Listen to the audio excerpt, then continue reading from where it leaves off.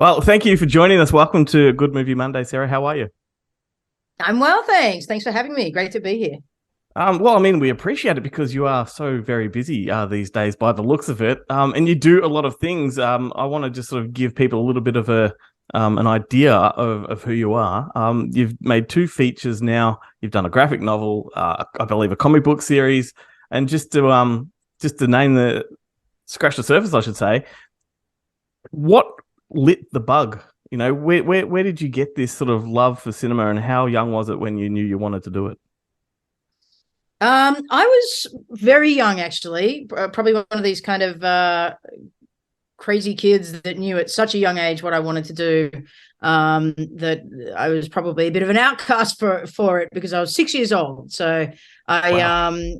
I remember watching E.T. when I was six, and my dad is actually a philosophy professor, and he had told me to choose what I love best in the world and then make that my job. So then I'll never have to work a day in my life. And I did exactly that at 6 years old. I saw ET, and I remember being so moved as a 6 year old, and just really blown away by the magic and the emotion. And I got the bug at six. And then I ended up starting acting classes when I was probably 11 or 12, because it was the only way that I could get access to a set to really understand what a director did and how the filmmaking process kind of operated. So I became an actor. I managed to land a role on an Aussie TV show for a couple of years, and that's why I really learned, the operations of a set and the filmmaking process. It's amazing how ET is such a common denominator amongst a lot of people. Like, it's the first film I saw at the cinemas. I've interviewed people that have said that's the movie that got them interested. So I am go on. curious though. If you saw ET when you were six, how old were you when you got to have your first Reese's piece? Because I was like, it took me like I didn't get to have one until I was like 25. It was worth the wait, but it was a long. Yeah. I think I would have been, our family went on a holiday, our first kind of, family trip to America. And I think I might have hit some up there. But so that was probably 11 or something. But yeah, no, I'm with you. It's interesting because as such a young kid, I think, especially as being a young girl, I think a lot of young girls my age probably really related to Drew Barrymore. But for some reason, I knew that I wanted to, make people feel the way that I felt, by telling the stories behind the scenes, as opposed to, I'm sure the movie has also inspired a few actors as well. Mm. But yeah, it really is an interesting kind of turning point for a lot of people, I think. And now let's just come all the way to now, which is the reason we're talking to you. Your new film is True Spirit. It's all over Netflix. How did this project find you? Did you find it, or did someone bring it to you?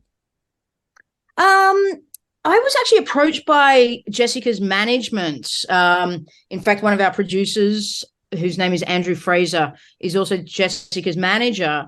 And they saw my last Australian film, Around the Block, that had premiered at the Toronto International Film Festival, and I think they sort of got word that they should come and check out Around the Block when we had our Australian premiere. And so, however that happened, they ended up at the Aussie premiere. Andrew and his business partner Shahen, who's an executive producer on True Spirit, and they seemed to like it. And it was, of course, Around the Block was a much smaller budget. It didn't have the same visual effects requirements as True Spirit.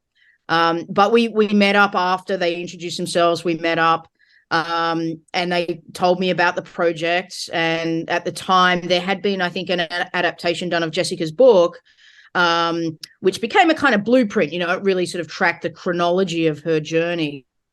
But they were looking for a filmmaker, a director, to come on and and introduce some more sort of story layers, and I guess figure out how to tell this story so it's not one girl on a boat for 210 days. And so that's that was my challenge. It was it was definitely not a slam dunk for me because if someone presents you with that story, it is not necessarily come across as being the most cinematic story when you're talking about one person on the ocean by themselves for such a long period of time. But the more time I then spent with Jessica and got to know her as a person, and then was able to reflect on her story, her journey, and also why and how it affected so many people around the world. I think that's when I really understood how deeply spiritual and philosophical this story was, and therefore, why it deserves to be told. I mean, yeah, and when it comes to telling the story, and it's beloved by many, as you said, around the world, do you feel a personal obligation to tell it accurately? Like, how difficult is it to decide what aspects need to be abandoned or sort of changed for cinematic purpose? I think what was important to me is that I captured the key points to her journey. And so I stayed as true as I possibly could in terms of Jessica's circumnavigation of the globe. Where I was able to take a little bit of cinematic license is how to propel that story forward. And so, I created a character that is an amalgamation of several characters who supported her on her journey. And that's the mentor character, who's played by the incredible Cliff Curtis, the New Zealand actor. And he, so like I say, he becomes her mentor in the story, and there were several people who supported Jess and were somewhat mentors to Jess. And to be honest, he's also highly influenced that character by my own mentor, who's Jack Thompson, Australian actor. And so, I was able to take some cinematic license there to build that relationship that I was able to cut back and forth in between flashbacks. That, again, it helped propel the story forward by giving us as the audience an insight into how she got there in the first place. And then to a certain degree, the same with the family. I met all of Jessica's family, I think all of them, certainly mum and dad and one or two of the siblings. And so, and again, I was sort of, instead of portraying exactly who every character is today, I was able to really find the essence of what they went through during Jessica's journey, and create their own individual arcs and storylines. And so, I guess what I'm saying is there's a little bit of cinematic license, but I certainly wanted to stay true to the key points in terms of the pivotal moments in the circumnavigation. And were they like, happy with those licenses that you did have to take? I'm assuming they understood the reason for it. Yeah, I have to say, Jessica was just such a joy to work with. She really was. I mean, she's so incredibly humble. She's so just an incredible human being. I think what she accomplished at such a young age is extraordinary. But the way she has taken that in her stride and continued to push herself year after year. Whether it's overcoming dyslexia. I don't think anyone actually overcomes dyslexia, but not allowing it to inhibit her other interests, such as writing. She's published 2 books since then. And so working with Jessica was fantastic. She certainly understood. It's almost like she had such a respect for what I do that of course, she wanted to have a little bit of input in terms of making sure that I got certain sailing aspects right. But in terms of the drama of the story, she really put a trust in me and the team and allowed us to run with it. And same with the family. To be honest, I didn't have as much contact with them, but I think Jessica was a great middle person there as well, just saying, it's okay. I trust that. You should trust that. I think the really impressive thing about the film, I mean, just really blew me away. That's why I contacted you, because I watched it and I'm like, I want to talk to this filmmaker. So much of it, is set on the open water, and to pull the curtain back a bit for the average viewer, most of it was shot in water tanks with, hydraulics and all that kind of stuff. How technically prepared were you going into the film? Like, did you have your head around all of the technical aspects before making it and how you would do it? Yeah, I mean, I had a lot of pre-production on this film for a couple of reasons. One, because we had a couple of false starts in terms of getting this set up and financed. But also, it is an ambitious project. It's not a cheap movie to make.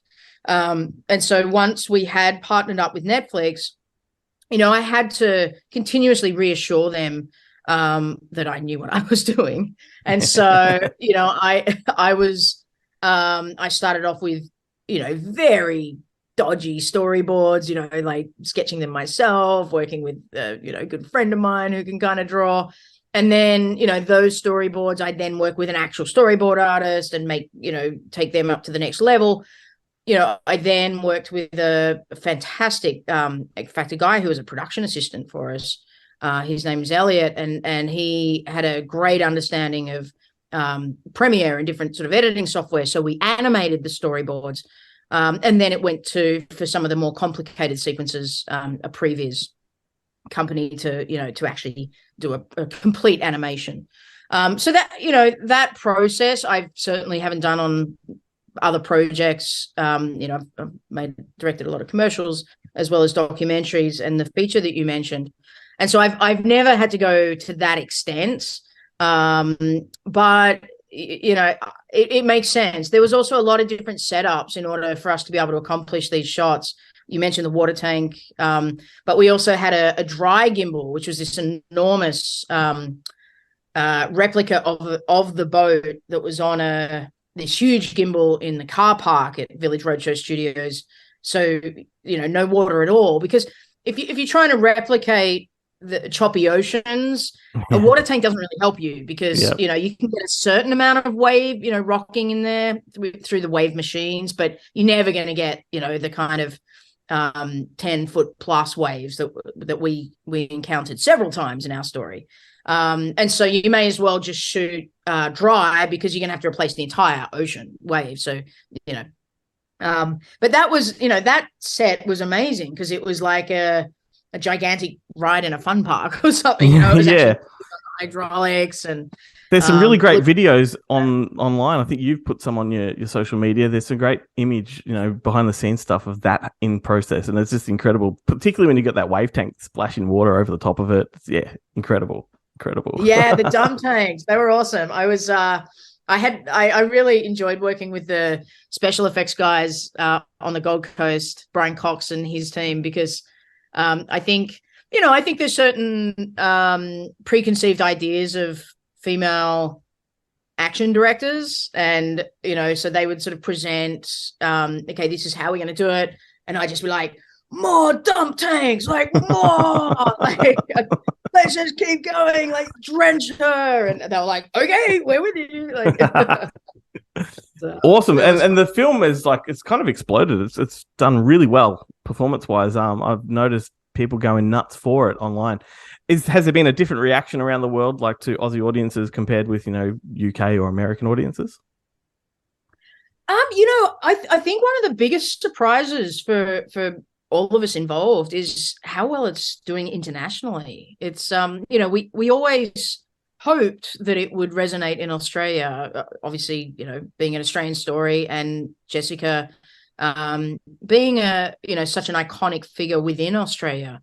But I certainly didn't expect the response that we're getting around the world. It was number 2 in the world a week after it was released, and it's stayed in the top 10 since. So that to me has been a very pleasant surprise. And I get hit up on social media by people really touching messages all around the world from people sharing their story or thanking me for capturing what it's like to have no wind, metaphorically speaking, of course. Like people experiencing, I think timing wise, coming out of COVID, I think a lot of people really connected with some of those themes of isolation and what do you do when the wind's taken out of your sails, so to speak. And it's been really lovely and a very, very pleasant surprise. What has it meant for you professionally? Like, are you suddenly getting emails from